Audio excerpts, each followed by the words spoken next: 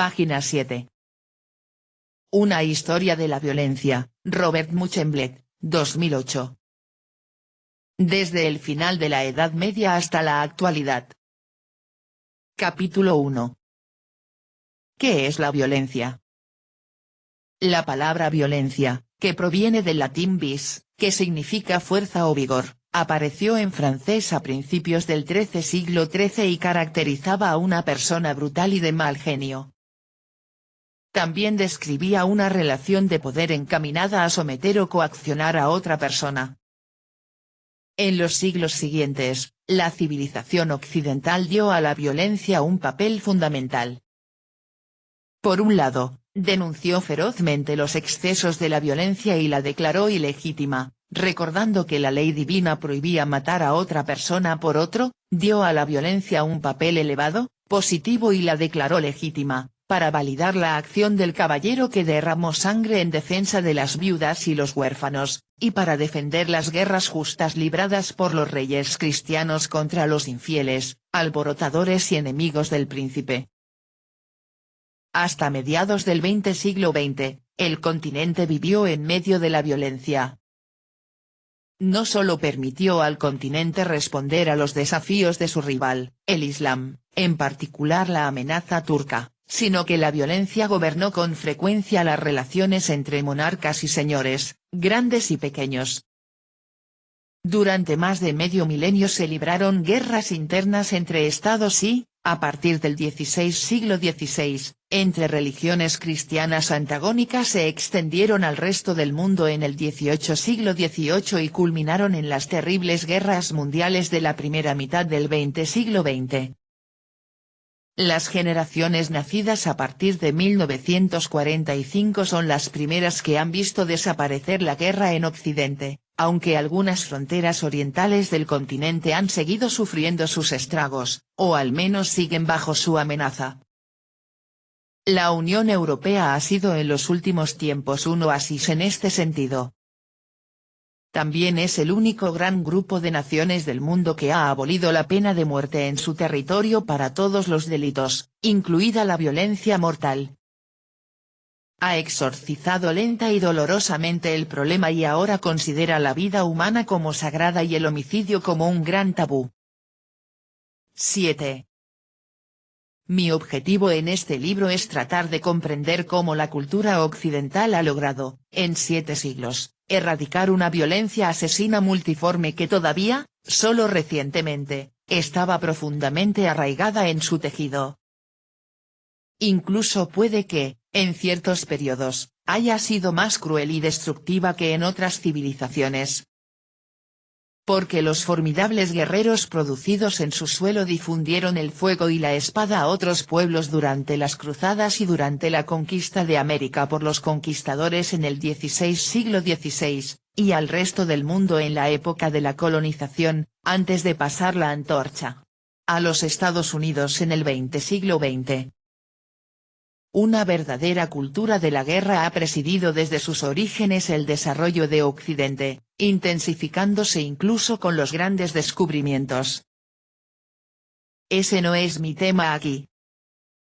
La cultura occidental era territorio fértil para otros tipos de violencia porque se basaba en una ética varonil que elevaba la fuerza bruta a un modelo de comportamiento, particularmente en las sociedades profundamente desiguales de la Edad Media y el antiguo régimen. Al segundo sexo le quedó poco más que el papel de mujeres débiles, desarmadas, necesariamente dependientes, protegidas por hombres que obtenían placer de ellas y les exigían que les proporcionaran hijos para continuar el linaje. Nobles o plebeyos, poderosos o débiles, todos los hombres fueron educados en el contexto de una cultura de la violencia basada en la necesidad de defender el honor masculino frente a los rivales. La brutalidad de las relaciones humanas fue un lenguaje social universal, considerado normal y necesario en Occidente hasta al menos el siglo XVII. Hasta su lenta monopolización por parte del Estado y la nación, la violencia moldeó la personalidad masculina según el noble modelo de virilidad y el dominio del uso de las armas que se exigía a todo aristócrata creó así, en oposición, el modelo de la mujer débil. Hasta el desarme de la población común, que se logró lenta y dolorosamente por órdenes principescas a partir del siglo XVII, el varón más bajo compartía esta ética y empuñaba un cuchillo o una espada con facilidad y sin mucho respeto por la vida humana.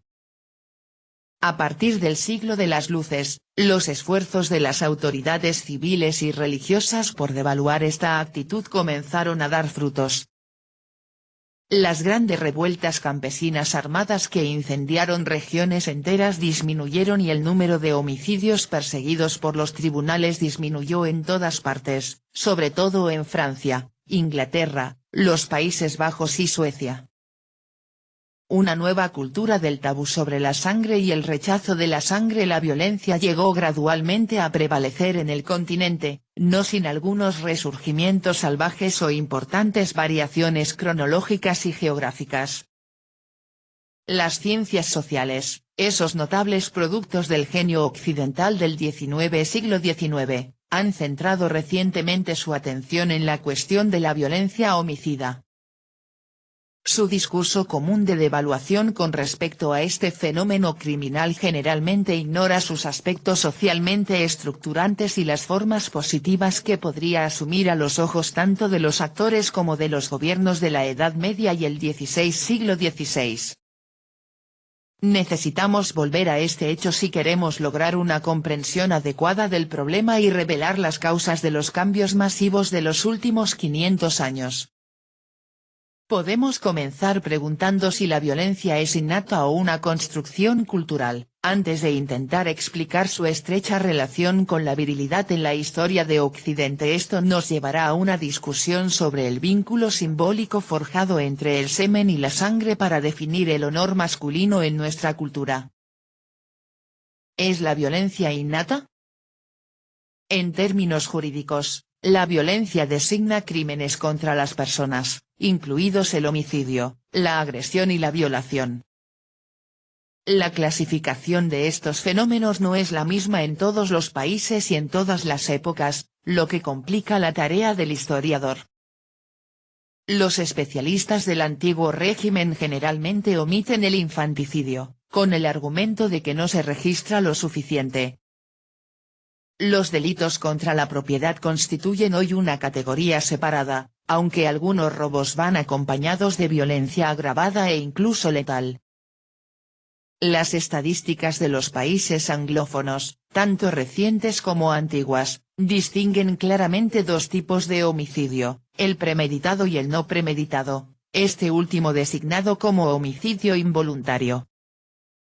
Esta falta de estandarización ilustra amplias diferencias en la forma en que se ha percibido el homicidio en los distintos países, y más aún en los distintos periodos aquí considerados. Las características generales del homicidio plantean un gran enigma. El perfil del delincuente típico ha cambiado muy poco desde el siglo XIII, a pesar de la considerable disminución de las cifras registradas observada en toda Europa. Las mujeres son una pequeña minoría. La mayoría de los asesinos son jóvenes de entre 20 y 29 años. Bajo el antiguo régimen, sus víctimas a menudo se parecían a ellos en edad y sexo y los enfrentamientos asesinos generalmente giraban en torno a cuestiones de derechos, precedencia y honor. Los miembros de los grupos más ricos y privilegiados no participaron menos que otros. El marcado descenso de la violencia letal a partir del siglo XVII parece estar vinculado tanto a la pacificación general del espacio público como al abandono por parte de los jóvenes de buenas familias de este tipo de enfrentamiento. En cambio, recurrieron a los duelos, hasta que, a su debido tiempo, fueron criminalizados. Hoy en día, la mayor parte de la violencia letal sigue siendo cometida por hombres jóvenes poco calificados y que provienen en gran medida de entornos de clase trabajadora o pobres. Esto revela no solo una división económica y social, sino una importante diferencia cultural. El comportamiento violento ha sido erradicado más rápida y fácilmente por la educación, la moralidad y las presiones generalizadas entre los hombres jóvenes de los estratos sociales superiores. 9. Estas observaciones sugieren que la violencia no es un fenómeno puramente innato. Puede distinguirse de la agresión, que es una posibilidad de violencia, cuyo poder destructivo puede ser inhibido por las civilizaciones si deciden hacerlo y si hay suficiente aceptación entre los afectados para que se impongan sus puntos de vista. A principios del siglo XXI, por ejemplo, los jóvenes de origen pobre tienen mucho menos que perder que los hijos de buenas familias, cuyas reputaciones y carreras futuras pueden arruinarse si son procesados por herir o matar a alguien. En el caso del primero, por otra parte, un sentimiento de injusticia o de profunda frustración debilita las limitaciones morales y éticas relativas al derramamiento de sangre humana, que las instituciones socializadoras inculcan a todos por igual. Nuestra civilización ha resuelto esta importante contradicción adoptando un uso semántico muy fluido del concepto de violencia. Al mismo tiempo, le ha impuesto una prohibición general. Los especialistas distinguen dos significados antagónicos del término. El primero identifica la violencia en el corazón de la vida. Todas las criaturas vivientes se ven impulsadas a adoptar un comportamiento depredador o defensivo cuando se ven amenazadas. Pero se argumenta que el hombre no es un animal común y corriente y no tiene un deseo consciente de destruir a sus semejantes. Esta visión humanista, heredada tanto del cristianismo como de la Ilustración filosófica, no es aceptada por todos los estudiosos.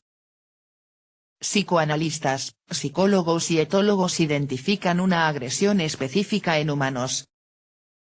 Freud desarrolló esta noción oponiendo el impulso de muerte, thanatos, y el impulso de vida, eros. Basó sus ideas en el complejo de Edipo vinculado a la fantasía del asesinato del padre. Erich Fromm, por su parte, clasificó las formas de violencia humana en dos grupos, uno normal y otro patológico.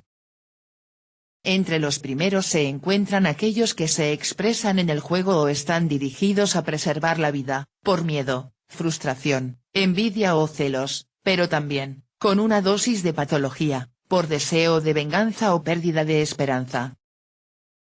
El segundo grupo, orientado por impulsos de muerte, incluye la violencia compensatoria en individuos afligidos por la impotencia, el sadismo y una sed de sangre arcaica, que produce una ira asesina. Es inequívoco al afirmar que el hombre es el único primate capaz de matar y torturar a miembros de su propia especie sin una buena razón, simplemente por placer. Nuestros semejantes pueden jugar a ser violentos y masacrarse unos a otros, añadió Daniel Sibony. El neurólogo, psiquiatra y etólogo Boris Cyrulnik sostiene que existe una violencia específica de los humanos, porque ellos, a diferencia de los animales, pueden imaginar un trabajo imaginario, que a veces los lleva a cometer genocidios, cuando identifican razas inferiores que deben ser destruidas. Ciertas teorías etológicas derivadas de la observación del comportamiento animal han resultado controvertidas cuando se aplican a los humanos. Siguiendo los pasos de Konrad Lorenz, vinculan los mecanismos de agresión a la defensa del territorio del individuo o del grupo. Estos han sido fuertemente refutados por estudiosos que no creen que el instinto agresivo sea el principio organizador de las sociedades humanas, en cuyo caso habría conducido a un callejón sin salida biológico y provocado la desaparición de la especie. Las características esenciales de este último son, por el contrario, la cooperación y la solidaridad. Las dos posiciones derivan de filosofías irreconciliables. Se oponen a los herederos de Thomas Hobbes, para quienes el hombre es un lobo para el hombre, por lo que debe confiar en un estado absoluto, el único capaz de protegerlo, y a aquellos que creen en la bondad natural del hombre, representados por Rousseau y los filósofos de la Ilustración.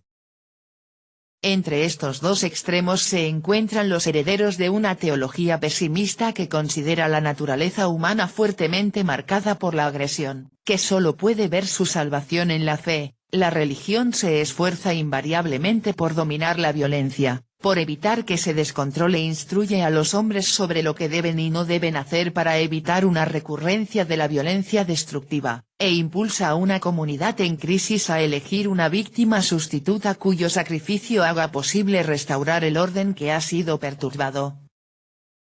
Un debate de este tipo no es asunto de los historiadores ni es de su competencia. A lo sumo, pueden notar que los siglos pasados nos han legado una doble concepción de la violencia, legítima cuando es empleada por instituciones, como los estados cuando hacen la guerra, o las iglesias cuando persiguen a los herejes, y legítimo cuando es cometido por particulares en contra de la ley o la moral. Esta ambigüedad fundamental surge del hecho de que la violencia humana es tanto biológica como cultural. La búsqueda de la dominancia sexual, necesaria para la propagación de la especie, puede condicionar inconsciente y automáticamente el antiguo reflejo agresivo, pero generalmente es desviado o reprimido por reglas y prohibiciones parentales y sociales. Estos, impuestos a todos nosotros desde la infancia, producen reflejos automáticos que aseguran la supervivencia y la protección de la comunidad. Semejante teoría tiene la virtud de definir el asesinato no como un intangible absoluto sino como la transgresión por parte de un individuo de las normas decretadas por su cultura, condiciones que dependen de las posibilidades de éxito que ofrece a ese individuo. Un bloqueo anormal, particularmente intolerable para los hombres jóvenes, puede reactivar la agresión, en la medida en que proviene de un mecanismo de supervivencia inconsciente del organismo frente a peligros o señales hostiles que emanan de su entorno. La noción de territorio puede utilizarse con cautela, porque el hombre, al no ser un animal, tampoco es un espíritu puro. La conciencia de una amenaza le surge de situaciones angustiosas, la superpoblación de una ciudad, la densidad de una multitud, la inquietante aproximación de un individuo armado o cuya actitud le parece extraña. De origen biológico, pero modificada plástica y culturalmente según los tiempos, lugares y valores dominantes de una sociedad, la regulación de la distancia, es decir, el área de seguridad dentro de la cual un individuo no permite que un enemigo penetre, ejerce un papel importante en interacciones agresivas.